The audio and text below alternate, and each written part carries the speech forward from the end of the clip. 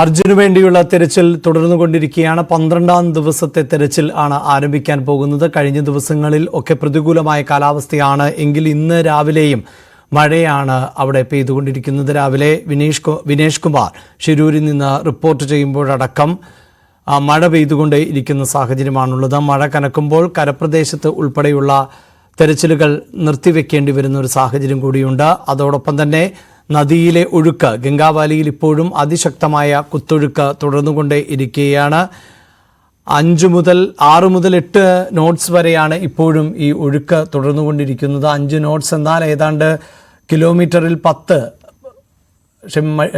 മണിക്കൂറിൽ 10 കിലോമീറ്റർ വേഗത എന്നതാണ് നമുക്ക് 5 നോട്ട്സ് എന്നതുകൊണ്ട് പറയാൻ സാധിക്കുന്നത്. അത്രമേൽ വലിയ ഒഴുക്ക് ആണ്. ഇപ്പോൾ ഈ ദൃശ്യങ്ങളിൽ നമുക്ക് കാണാൻ സാധിക്കും.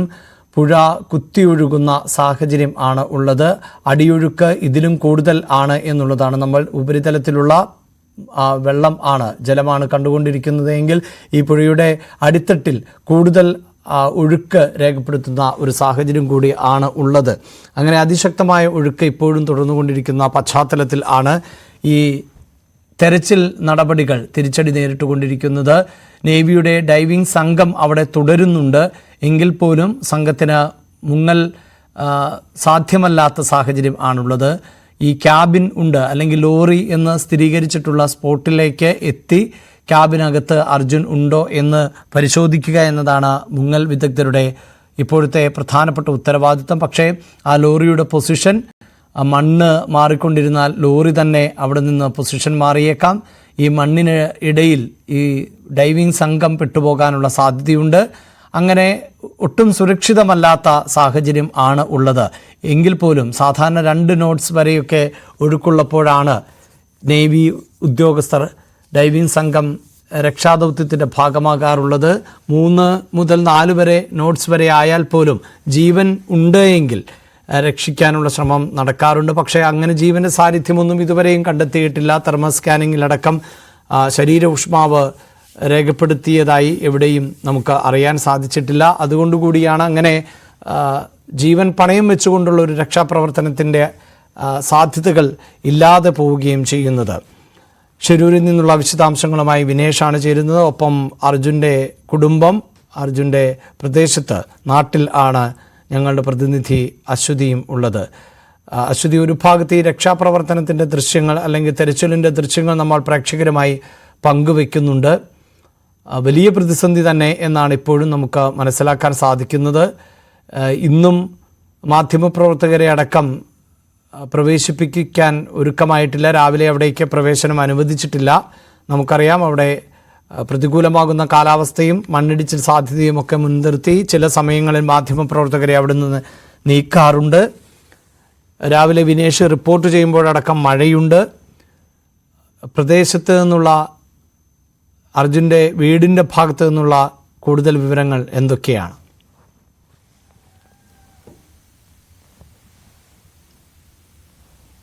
അഭിലാഷ്, ഇവിടെ നിന്ന് എപ്പോഴും പറയാനുള്ളത്, അതായത് നമ്മൾ അമ്മയെ കാണാൻ, അർജുൻ്റെ അമ്മയെ കാണാനായി ക്യാമറയൊന്നുമില്ലാതെ അമ്മയോട് സംസാരിക്കാൻ, അമ്മയ്ക്കൊപ്പം ഇരിക്കാൻ അവിടേക്ക് ചെല്ലുമ്പോൾ ഏറ്റവും പ്രധാനപ്പെട്ട ഒരു കാര്യമെന്ന് പറയുന്നത് അർജുനെക്കുറിച്ച് മാത്രമാണ് അവിടെ സംസാരമുള്ളത്. വലിയ കരച്ചിലും ബഹളമോ അങ്ങനെയൊന്നുമല്ല ആ വീടിൻ്റെ ഒരു അന്തരീക്ഷം. മൊത്തത്തിലൊരു മുറുകി പിടിച്ച ഒരു അന്തരീക്ഷം. നമുക്ക് അവിടെ ചെല്ലുമ്പോൾ അത് ശരിക്കും നമ്മളിലേക്ക് കൂടി അത് കിട്ടും. എല്ലാവരും ഒരു മുറുകി പിടിച്ച അവസ്ഥയിലാണ്.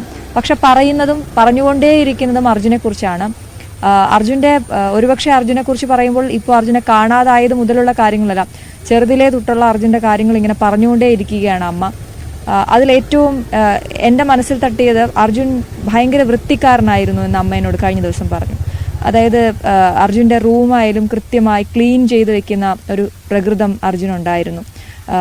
അതുകൊണ്ട് തന്നെ ക്യാബിൻ, നമ്മൾ എല്ലാവരും ആ ക്യാബിൻ ഒന്ന് തുറന്ന് അതിനകത്ത് അർജുനുണ്ടോ എന്ന് അന്വേഷിക്കുമ്പോൾ അത് പ്രേക്ഷകരുമായി പങ്കുവെക്കണമെന്ന് ഞാൻ ആഗ്രഹിക്കുന്നു.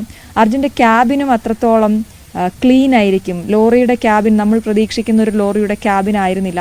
അർജുൻ്റെ ലോറിയുടെ ക്യാബിൻ അത്രത്തോളം ക്ലീൻ ആയിരിക്കും എന്ന് പറഞ്ഞു. മറ്റൊന്ന് അർജുന് ലോറിയോടും ട്രക്കിനോടും ഒക്കെയുള്ള വലിയൊരു ആഗ്രഹം, അല്ലെങ്കിൽ ആ രംഗത്തേക്ക് വരണമെന്നുള്ള ഒരു ആഗ്രഹം അർജുൻ ആദ്യം തൊട്ടേ ഉണ്ടായിരുന്നു. ഇവിടെ ലോറി ഡ്രൈവർമാരോടൊക്കെ ചെറുതിലേ തൊട്ട് പറയുമായിരുന്നു, എന്നെയും കൂടി കൊണ്ടുപോകണം, ലോങ് ട്രിപ്പൊക്കെ പോകുമ്പോൾ ഞാനും കൂടി വരാമെന്നൊക്കെ അർജുൻ പറയുമായിരുന്നു. മറ്റൊന്ന് അർജുൻ ഒറ്റയ്ക്ക് പോകാനായിരുന്നു ഇഷ്ടം എന്നുള്ളതാണ്. ഒറ്റയ്ക്ക് ഈ ലോറി ട്രക്ക് ഓടിച്ചു തുടങ്ങിയപ്പോൾ മുതൽ, അല്ലെങ്കിൽ സ്വന്തമായി കാര്യങ്ങൾ ചെയ്യാൻ പ്രാപ്തമായത് മുതൽ ഒറ്റയ്ക്ക് പോകുമ്പോഴൊക്കെ ഇവിടെയുള്ള സുഹൃത്തുക്കളൊക്കെ അർജുനോട് ചോദിക്കുമായിരുന്നു, ഞങ്ങൾ കൂടി വരട്ടെ, അല്ലെങ്കിൽ എന്തുകൊണ്ടാണ് നീ ഒറ്റയ്ക്ക് പോകുന്നത് ചോദിക്കുമ്പോൾ പറയും, എനിക്ക് ഒറ്റയ്ക്ക് പോയാൽ എൻ്റെ കാര്യം മാത്രം നോക്കിയാൽ മതിയല്ലോ, ബാക്കി ഉള്ള ആളുകളെ നോക്കണ്ടല്ലോ എന്ന് പറയുമായിരുന്നു അർജുൻ എന്നുള്ളതാണ്. അപ്പം നമ്മൾ അർജുൻ്റെ സ്വഭാവം എങ്ങനെയായിരുന്നു, അർജുൻ ആരായിരുന്നു ഒക്കെയുള്ള കാര്യങ്ങൾ നമ്മളിങ്ങനെ നിരന്തരമായി കഴിഞ്ഞ ദിവസങ്ങളിലെല്ലാം ഇങ്ങനെ കേട്ടുകൊണ്ടേയിരിക്കുകയാണ്. നമുക്ക് അർജുൻ അടുത്തറിയാവുന്ന ഒരാളായി മാറിയിരിക്കുന്നു എന്നുള്ളതാണ്. അർജുന് ഫോട്ടോ അടക്കം നമ്മൾ കണ്ടിട്ടുണ്ട്, അർജുൻ്റെ വീഡിയോ അടക്കം ഇപ്പോൾ സോഷ്യൽ മീഡിയയിൽ വലുതായി വൈറലായിട്ടുണ്ട്. അപ്പം അർജുനെ നമുക്ക് അടുത്തറിയാവുന്ന ഒരാളെന്ന രീതിയിലേക്ക് കാര്യങ്ങൾ മാറിയിരിക്കുന്നു. ആരോ ഒരാൾ എന്നതിനപ്പുറത്തേക്ക് ഇവിടെയുള്ള എല്ലാവരുടെയും, മാധ്യമപ്രവർത്തകരുടെ ആയാലും എവിടെയൊക്കെയോ നിന്ന് വന്ന ആളുകളാണ്. അർജുനെ ഒരു തവണ പോലും കണ്ടിട്ടില്ലാത്ത ആളുകളാണ്. പക്ഷെ അവരുടെയൊക്കെ അടുത്തയാളായി അർജുൻ മാറിയിരിക്കുന്നു എന്നുള്ളതാണ്. മറ്റൊന്ന് അർജുൻ്റെ ഭാര്യ, ഞാൻ ഇന്നലെയും സംസാരിച്ചപ്പോൾ ആ കുട്ടിയും വളരെ ബോൾഡായിട്ടുള്ളൊരു മോളാണ്. അപ്പോൾ ഇനി എന്ത് എന്നുള്ളൊരു വലിയ ചോദ്യം ആ കുട്ടിയുടെ മുമ്പിലുണ്ട്. കാരണം ഒരു 2.5 വയസ്സുള്ള മോനാണ് അർജുനുള്ളത്. ഒന്നും അറിയാൻ പ്രായമായിട്ടില്ല. അപ്പോൾ ഞാൻ അർജുനെക്കുറിച്ച് അർജുൻ്റെ ഭാര്യയോട് സംസാരിച്ചപ്പോൾ ഏറ്റവും അധികം ദൂരം അർജുൻ പോയിട്ടുള്ളത്, ഇത്തരത്തിൽ ലോങ് ഡ്രൈവ് പോയിട്ടുള്ളത് എവിടേക്കാണെന്ന് ചോദിച്ചപ്പോൾ ഡൽഹി വരെയാണ് എന്ന് പറഞ്ഞു. അന്ന് എത്ര ദിവസത്തെ ഇവിടുന്ന് എത്ര ദിവസം മാറി നിന്നു എന്ന് ചോദിച്ചു. അപ്പോൾ 10-25 ദിവസം അന്ന് മാറി നിന്നിരുന്നു ട്രക്കുമായി പോയപ്പോൾ എന്ന് പറഞ്ഞു.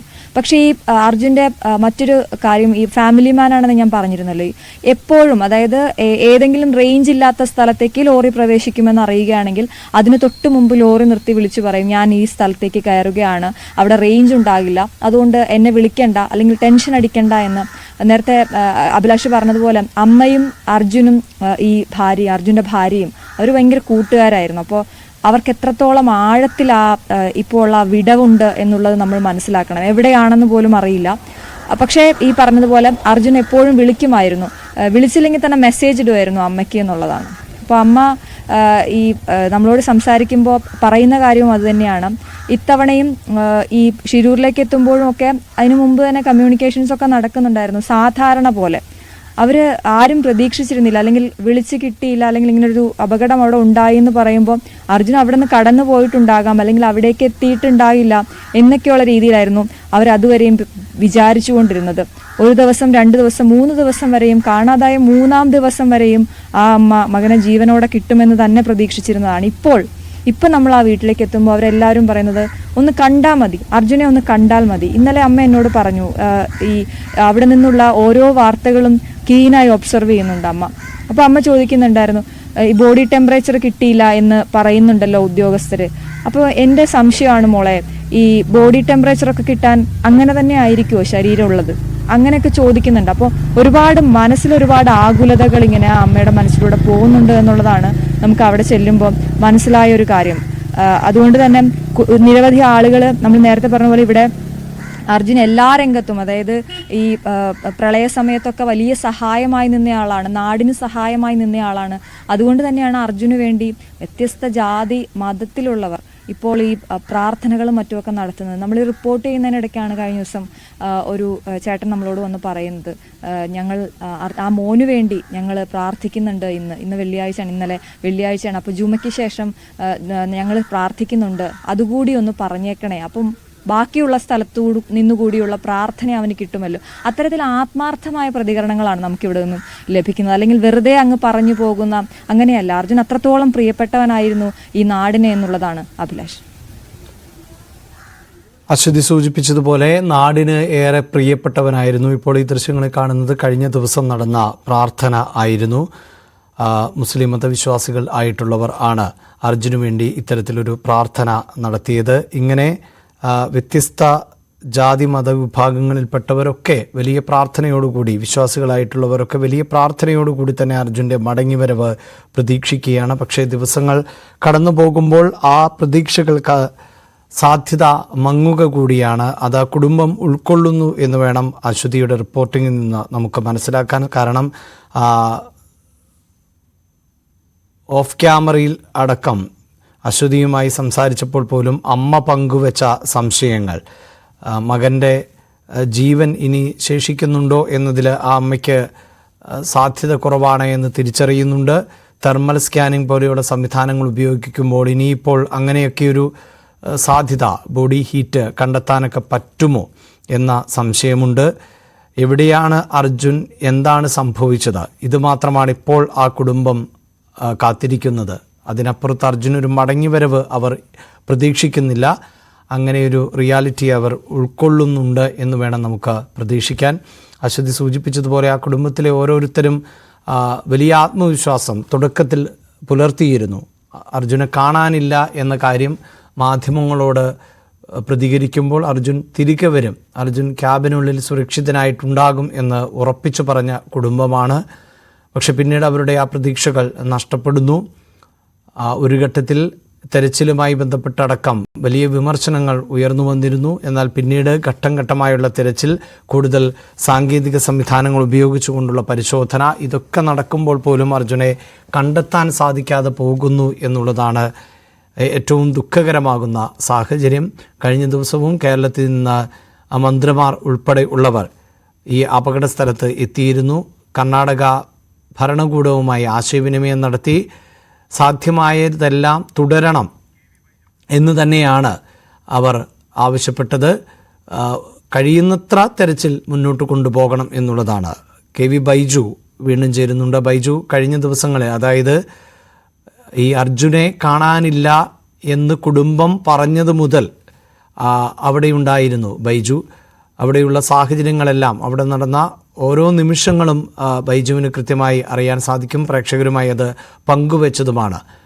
അപ്പോഴും ബൈജു ഈ 12 ദിവസം, ഇനിയിപ്പോൾ 2 ദിവസം കൂടിയായാൽ കൃത്യമായി 2 ആഴ്ച എന്ന സമയത്തിലേക്കൊക്കെ പോകും.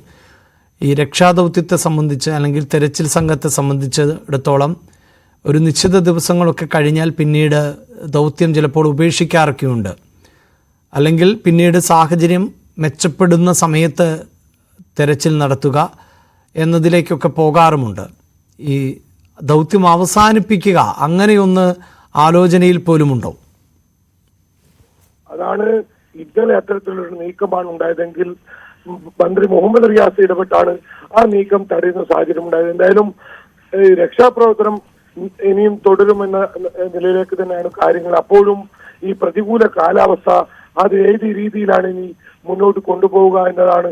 പുതിയ സംവിധാനങ്ങൾ വരുന്നു, അത്തരത്തിൽ കൂടുതൽ പേർ വരുന്നു. പക്ഷെ അപ്പോഴും ഈ ലോറിക്കരികിൽ ഈ ക്യാബിൻ, പ്രത്യേകിച്ച് ക്യാബിനിൽ അർജുനുണ്ടോ എന്ന ചോദ്യം നമ്മൾ കഴിഞ്ഞ 3 ദിവസമായി ചോദിക്കുന്നു.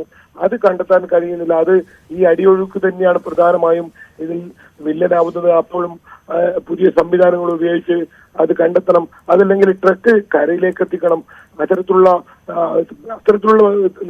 കാര്യങ്ങളാണ് വേണ്ടതെന്ന് കുടുംബം ഉൾപ്പെടെ പറഞ്ഞു. ഏതായാലും ഈ കുടുംബത്തിന് ഇന്ന് ഇതിനകത്തേക്ക് പോകാനുള്ള ഒരു പാസ് അനുവദിച്ചിട്ടുണ്ട്. അതായത് ഈ നിശ്ചിത ആളുകൾക്ക് ആ പാസ് നൽകും, കുടുംബങ്ങൾക്ക് ആ പാസ് കൊണ്ട് ഈ ദുരന്ത ഭൂമിയിലേക്ക് പോകാം.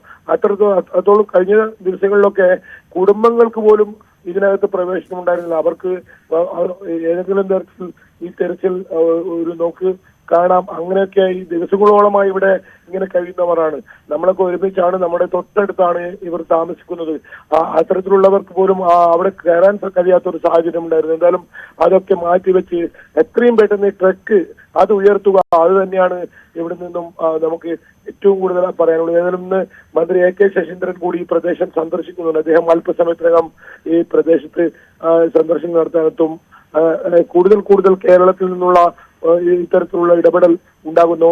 ഇന്നലെ മുഹമ്മദ് റിയാസ് എത്തിയത് കൊണ്ട് തന്നെയാണ് അദ്ദേഹം ജില്ലാ കളക്ടറോടും ഒപ്പം നാവികസേന ഉദ്യോഗസ്ഥരോടും ചർച്ച നടത്തി തിരച്ചിൽ നിർത്തരുത്, തിരച്ചിൽ തുടരണം, അർജുൻ എത്രയും പെട്ടെന്ന് കണ്ടെത്താനാകണം, അത് തന്നെയാണ് ആവശ്യം വരുന്നതും. അഭിലാഷ്, അതാണ് ബൈജു വ്യക്തമാക്കിയിട്ടുള്ളത്. അതായത് ഈ രക്ഷാപ്രവർത്തനം അല്ലെങ്കിൽ തെരച്ചിൽ പോലും അവസാനിപ്പിക്കുന്നതിനെക്കുറിച്ചുള്ള ആലോചനകൾ തള്ളിക്കളയാനാകില്ല. അത്തരം ചില സാധ്യതകൾ ഉണ്ടായിരുന്നു. പക്ഷേ ഇപ്പോൾ രക്ഷാപ്രവർത്തനം അവസാനിപ്പിക്കരുത് എന്ന് സംസ്ഥാന സർക്കാർ കർണാടകത്തോട് ആവശ്യപ്പെട്ട തെരച്ചിൽ അവസാനിപ്പിക്കരുത് എന്ന് ആവശ്യപ്പെടുന്ന സാഹചര്യം ആണ് ഉള്ളത്. സാധാരണ നിലയിൽ വലിയ ദുരന്തങ്ങൾ ഇത്തരത്തിൽ ഇപ്പോൾ പ്രേക്ഷകർക്ക് എളുപ്പത്തിൽ ഓർക്കാൻ സാധിക്കുന്നത് 2019 കവളപ്പാറയിലുണ്ടായ ഓഗസ്റ്റ് മാസം കവളപ്പാറയിലുണ്ടായ ഉരുൾപൊട്ടൽ ആണ്. അന്ന് ഇതുപോലെ കേരളം വിറങ്ങലിച്ചു പോയ ദിവസം ആയിരുന്നു. ഏതാണ്ട് 20 ദിവസം ആണ് ഈ തിരച്ചിൽ നടത്തിയത്. അങ്ങനെ നടന്ന തിരച്ചിലിൽ ആണ് അന്ന് 48 മൃതദേഹങ്ങൾ ആ ദുരന്തത്തിൽ കണ്ടെടുത്തത്. പക്ഷേ ഇപ്പോഴും ആ അപകടത്തിൽ പെട്ടുപോയ 11 പേരെ കണ്ടെത്താൻ സാധിച്ചിട്ടില്ല. ആ 11 പേർക്ക് വേണ്ടിയുള്ള തിരച്ചിൽ പക്ഷേ പിന്നീട് നിർത്തിവെക്കുന്നു. 20 ദിവസത്തിന് ശേഷം പിന്നീട് ആ തിരച്ചിൽ അവസാനിപ്പിക്കുകയാണ് ചെയ്തത്. 45ഓളം വീടുകൾ അന്ന് തകർന്നു പോവുകയും ഒക്കെ ചെയ്തു. സാധാരണ നിലയിൽ തെരച്ചിൽ അങ്ങനെയാണ്, കണ്ടെത്താൻ സാധിക്കില്ല എന്ന് ദൗത്യസംഘം സ്ഥിരീകരിച്ചു കഴിഞ്ഞ് തെരച്ചിൽ ഉപേക്ഷിക്കുന്ന സാഹചര്യം ഉണ്ട്. ഇപ്പോൾ കൂടുതൽ വിശദാംശങ്ങളുമായി നമ്മളോടൊപ്പം